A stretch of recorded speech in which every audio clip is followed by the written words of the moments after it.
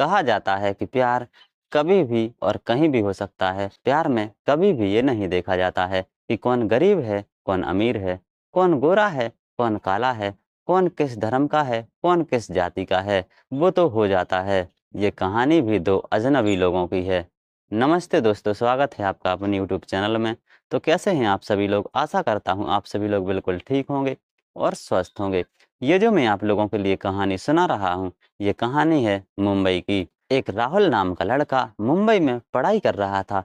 पढ़ाई के साथ साथ वो एक पार्ट टाइम जॉब भी करता था, जिससे उसकी पढ़ाई का खर्चा निकल आता था और वो जहाँ पर किराए से रहता था उसका भी वो खर्चा निकाल लेता था। एक दिन क्या हुआ कि दिल्ली की रहने वाली अंजलि को अपनी सहेली से मिलने के लिए मुंबई जाना था। जब वो मुंबई पहुंची तो एक स्टेशन पर बैठी। वहां से उसे मेट्रो ट्रेन से अपनी सहेली के घर तक जाना था और उसी ट्रेन से राहुल को भी जाना था। अब ये दोनों एक ट्रेन में बैठे। जो अंजलि थी उसे तो ट्रेन में सीट मिल गई और वो सीट पर बैठ गई, और जो राहुल था वो अंजलि के सामने खड़ा हुआ था। जब राहुल की नज़र अंजलि पर पड़ी तो राहुल पहली ही नज़र में अंजलि को दिल दे बैठा, और जब अंजलि की नज़र राहुल पर पड़ी तो अंजलि भी पहली ही नज़र में राहुल को दिल दे बैठी।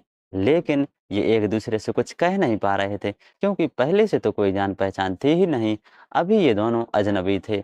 इतने में ही अंजलि की बगल वाली सीट पर जो यात्री बैठा था वो अगले स्टेशन पर उतर गया, और हिम्मत करके अंजलि ने राहुल से कहा कि तुम मेरी बगल वाली सीट पर बैठ जाओ। तो जो राहुल था वो तुरंत ही बगल वाली सीट पर बैठ गया।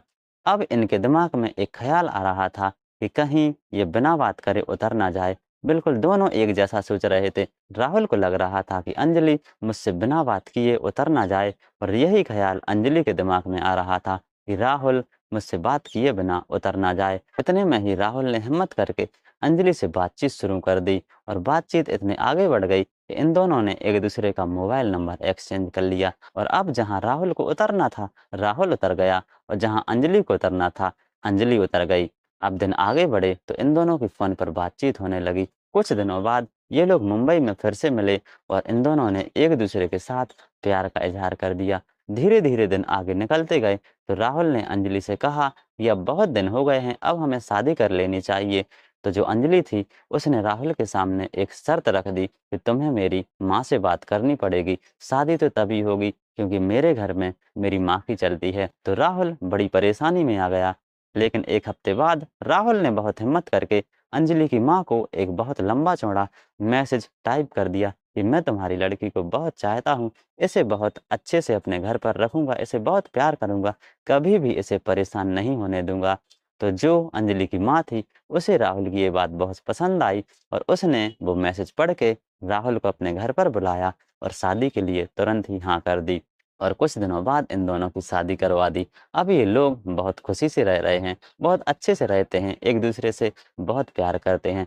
तो देखिए, इनकी प्रेम कहानी एक मेट्रो ट्रेन से शुरू हुई थी, जब ये अजनबी थे, और अब ये दोनों एक दूसरे के पति पत्नी बन के रह रहे हैं और बहुत अच्छे से रह रहे हैं। तो ये जो कहानी थी ये कहानी थी मुंबई की। तो कैसी लगी आप लोगों के लिए कहानी? कहानी पसंद आई हो तो प्लीज़ हमारे चैनल को सब्सक्राइब कीजिए, वीडियो को शेयर कीजिए, लाइक कीजिए, कमेंट कीजिए, और बेल आइकन को प्रेस ज़रूर कीजिए। धन्यवाद।